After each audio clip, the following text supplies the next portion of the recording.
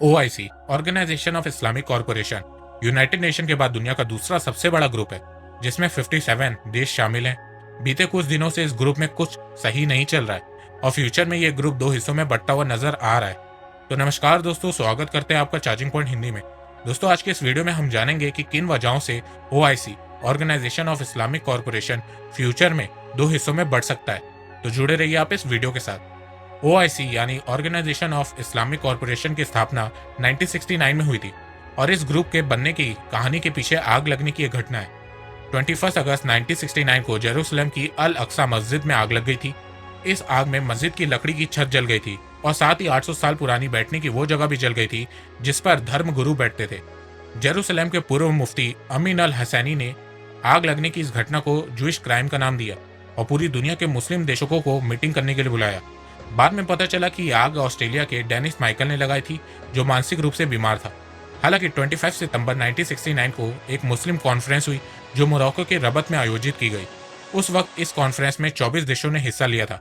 6 महीने बाद मार्च 1970 में सऊदी अरब के जेदा में इस्लामिक देशों के विदेश मंत्रियों की पहली इस्लामिक कॉन्फ्रेंस हुई।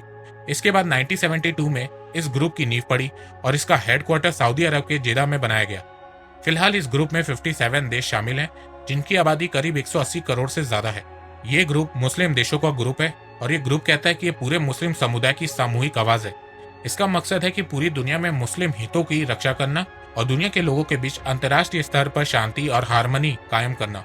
मुस्लिम मेजॉरिटी देश ही इस संगठन के सदस्य बन सकते हैं। वहीं रूस, थाईलैंड और कुछ और देश को ऑब्जर्वर का दर्जा दिया गया है। इस संगठन की ऑफिशियल लैंग्वेज अरबी, अंग्रेजी और फ्रेंच है। इस्लाम की रक्षा करने वाले इस ग्रुप में अब फूट पड़ चुकी है। बीते कुछ सालों से इस्लामिक देशों के बीच रिलेशन सही नहीं चल रहे थे और ये उम्मीद लगाई जा रही थी कि OIC जल्द ही दो ग्रुप में बंटने वाला है। और अब ऐसा लग रहा है कि आने वाले 1 से 2 सालों में OIC दो ग्रुप में डिवाइड हो जाएगा। OIC के टूटने के पीछे बहुत सी वजहें हैं, जिसमें से पहली वजह है टर्की। टर्की के प्रेसिडेंट अर्दोगान के अंदर पिछले कुछ सालों में मुसलमानों के ग्लोबल लीडर बनने का भूत चढ़ चुका है। जिस तरीके से इमरान खान ने अपने आप को कश्मीर का ग्लोबल लीडर मान लिया है, वैसे ही टर्की के प्रेसिडेंट अर्दोगान ने अपने आप को मुसलमानों का मसीहा मान लिया। इसमें सबसे बड़ी बात यह है कि मुसलमान क्या चाहते हैं ये तो उनसे पूछा ही नहीं जा रहा है। एक्चुअल में टर्की की इकॉनमी गिर रही है, अर्दोगान की सरकार कुछ कर पा नहीं रही है, तो सत्ता में बने रहने के लिए अर्दोगान टर्की के लोगों को ऑटोमन अंपायर का सपना बेच रहा है। उनका कहना है कि टर्की फिर से इस्लामिक देशों को लीड करेगा, तो अपनी सत्ता को बचाने के लिए अर्दोगान ने ये चाल चली है। पर इस बात से सऊदी अरब और UAE से उसके रिलेशन खराब हो रहे हैं, क्योंकि इस समय इस्लामिक देशों को दो ही देश चला रहे हैं और वो है सऊदी अरब और UAE।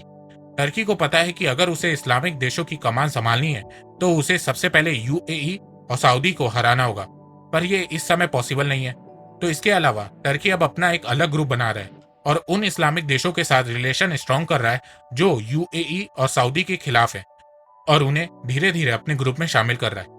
दूसरी वजह है पाकिस्तान। इस्लाम के नाम को हर जगह भजाने वाले पाकिस्तान को कश्मीर में मुसलमानों के साथ ह्यूमन राइट का वॉलेशन दिखता है, फलस्तीन में ह्यूमन राइट वॉलेशन दिखता है, पर चाइना में वीगर मुसलमानों के साथ जो हो रहा है उसमें उसे ह्यूमन राइट वॉलेशन नहीं दिखता है। और इसी डबल स्टैंडर्ड को अब बहुत से इस्लामिक देशों ने नोटिस करना स्टार्ट कर दिया है। पूरी दुनिया के सामने पाकिस्तान की इमेज पूरी तरह से बर्बाद हो चुकी है। उसकी केवल एक ही पॉलिसी है, जिसका नाम है एंटी इंडिया। कश्मीर से आर्टिकल 370 हटने के बाद से पाकिस्तान पिछले 1 साल से चाह रहा है कि वो OIC में कश्मीर के मुद्दे को उठाए और OIC के मेंबर का सपोर्ट हासिल कर सके और भारत को आइसोलेट कर सके। पाकिस्तान चाहता है कि कोई भी इस्लामिक देश भारत के साथ किसी भी तरीके का कोई भी रिलेशन ना रखे, कोई बिजनेस या ट्रेड ना करे, पर ऐसा हो पा नहीं रहा है। पाकिस्तान मीटिंग अरेंज तो कर ले रहा है, पर उसे समर्थन नहीं मिल रहा है। OIC में कश्मीर का मुद्दा ना उठने के फैसले से पाकिस्तान नाराज है। इस बात को OIC के सभी मेंबर्स और पूरी दुनिया अच्छे से जानती है। इसके पीछे सबसे बड़ी वजह है सऊदी अरब। सऊदी अरब के ही फैसले के आगे पाकिस्तान को मजबूरन झुकना पड़ रहा है। दरअसल पाकिस्तान सऊदी अरब पर जोर देता आ रहा है कि वो पाकिस्तान का कश्मीर मुद्दे पर साथ दे। फरवरी में पाकिस्तान ने कश्मीर मुद्दे पर OIC की मीटिंग अरेंज करने को कहा था, लेकिन सऊदी अरब ने इस अपील को ठुकरा दिया था। फिर 22 मई को OIC में फिर से कश्मीर इशू पे मीटिंग हुई और उस बार भी पाकिस्तान सपोर्ट जुटाने में फेल रहा। उसके बाद पाकिस्तान के प्रधानमंत्री इमरान खान ने कहा था कि इसका कारण ये है कि हमारे पास कोई भी एकजुटता नहीं है और हमारे बीच सिर्फ विभाजन है। इसके बाद फिर से पाकिस्तान चाह रहा है कि एक बार और सभी OIC के मेंबर्स कश्मीर के मुद्दे पर बात करें, पर सऊदी अरेबिया ये नहीं चाह रहा है। तो इसके बाद पाकिस्तान के विदेश मंत्री शाह महमूद कुरैशी ने एक विवादित बयान दे दिया है, जिसके बाद दोनों देशों के संबंधों में अब खटास आनी शुरू हो गई है। पाकिस्तान के विदेश मंत्री शाह महमूद कुरैशी ने कश्मीर मुद्दे पर भारत के खिलाफ रुख नहीं अपनाने के लिए सऊदी के लीडरशिप में आने वाले ओआईसी को सख्त चेतावनी दे दी है और बोला है कि यदि ओआईसी इस मामले में आगे नहीं आई तो मैं प्रधानमंत्री इमरान खान से उन इस्लामिक देशों की बैठक बुलाने के लिए मजबूर हो जाऊंगा जो कश्मीर के मुद्दे पर हमारे साथ खड़े होने के लिए तैयार है। इस बयान के बाद सऊदी अरेबिया ने पाकिस्तान को 2018 में दिए गए $6.2 बिलियन की डील खत्म कर दी है। दरअसल सऊदी अरब ने पाकिस्तान के बोझ को कम करने के लिए नवंबर 2018 में $6.2 बिलियन का पैकेज पाकिस्तान को दिया था, जिसमें से $3.2 बिलियन ऑयल क्रेडिट फैसिलिटी के लिए था और $3 बिलियन लोन था। ये डील 2020 में समाप्त हो गई थी, लेकिन सऊदी अरब ने इस डील को रिन्यू नहीं किया और उसकी जगह तेल की सप्लाई ही रोक दी और $1 बिलियन कर्ज की वसूली भी पाकिस्तान से कर ली। पाकिस्तान को यह झटका उस समय लगा है जब उसे आईएमएफ से कोई भी मदद नहीं मिल पा रही है। ऐसे में सऊदी अरब को पैसा लौटाने के साथ ही अब ऑयल परचेज से पाकिस्तान के सेंट्रल बैंक पर बुरा असर पड़ रहा है, जो पहले से ही कर्ज के बोझ तले दबा हुआ है।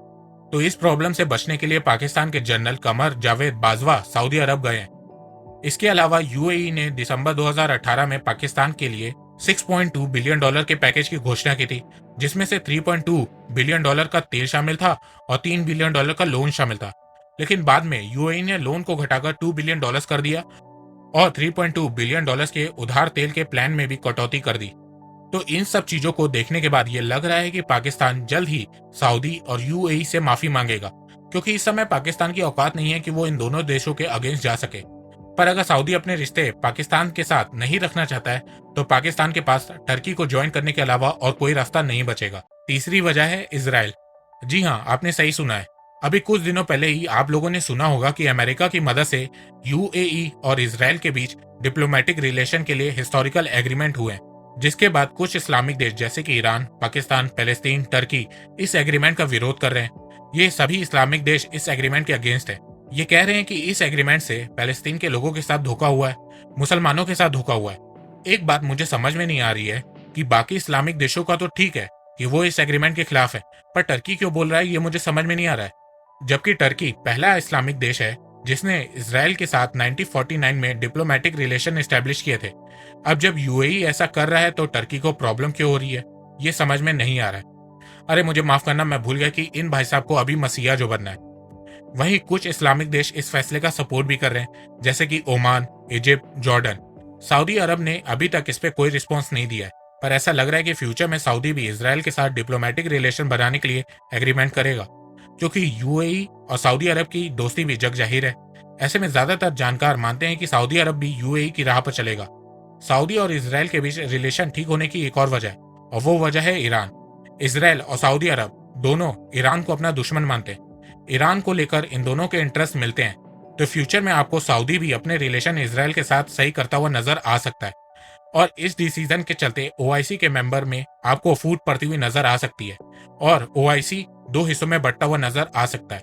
चौथी वजह है इस्लामिक देशों के एक दूसरे से बिगड़ते रिलेशन। जहां आज सऊदी अरब के रिलेशन ईरान से खराब है, पाकिस्तान टर्की से खराब हो रहे हैं, वहीं यूएई के रिलेशन टर्की के साथ 2017 से खराब चल रहे हैं। टर्की के प्रेसिडेंट अपने आप को मुसलमानों का मसीहा मान बैठे हैं। खैर वो बात अलग है कि उन्हें चाइना में हो रहे मुसलमानों के ऊपर जुल्म दिखाई नहीं दे रहा है। पाकिस्तान कश्मीर के चक्कर में सब कुछ गवा चुका है। तो दूसरी तरफ इसराइल के रिलेशन फ्यूचर में यूएई और सऊदी के साथ बेहतर होते हुए दिख रहे हैं, जिसके चलते बहुत से इस्लामिक देश फ्यूचर में यूएई और सऊदी के अगेंस्ट होते हुए दिखेंगे, और हो सकता है कि भविष्य में वो टर्की का साथ दे।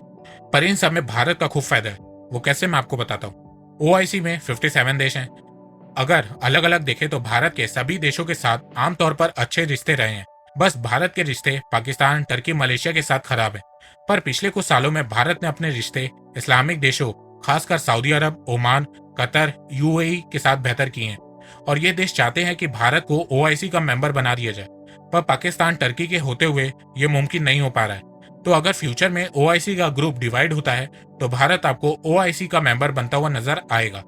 तो दोस्तों, फ्यूचर में ओआईसी को लेकर जो भी अपडेट होगा वो मैं आपको बताता रहूंगा। और हाँ, अगर आपको मेरी ये वीडियो पसंद आई है तो आप इस वीडियो को लाइक कीजिए, और अब आप मुझे सपोर्ट भी कर सकते हैं पेट्रियन के थ्रू और यूट्यूब में ज्वाइन बटन के थ्रू। एक बात मैं कहना चाहता हूँ कि आप जितनी मेरी वीडियोस को शेयर करेंगे उतनी ही रीच मेरी बढ़ेगी, और उतने ही लोग मेरे से जुड़ेंगे। तो वीडियो को शेयर करना और चैनल को सब्सक्राइब करना बिल्कुल भी मत भूलिएगा। मैं ऐसे ही एजुकेशनल वीडियोस लाता रहूंगा आप लोगों के लिए। तो अभी तक के लिए बस इतना ही। धन्यवाद। जय हिंद, जय भारत।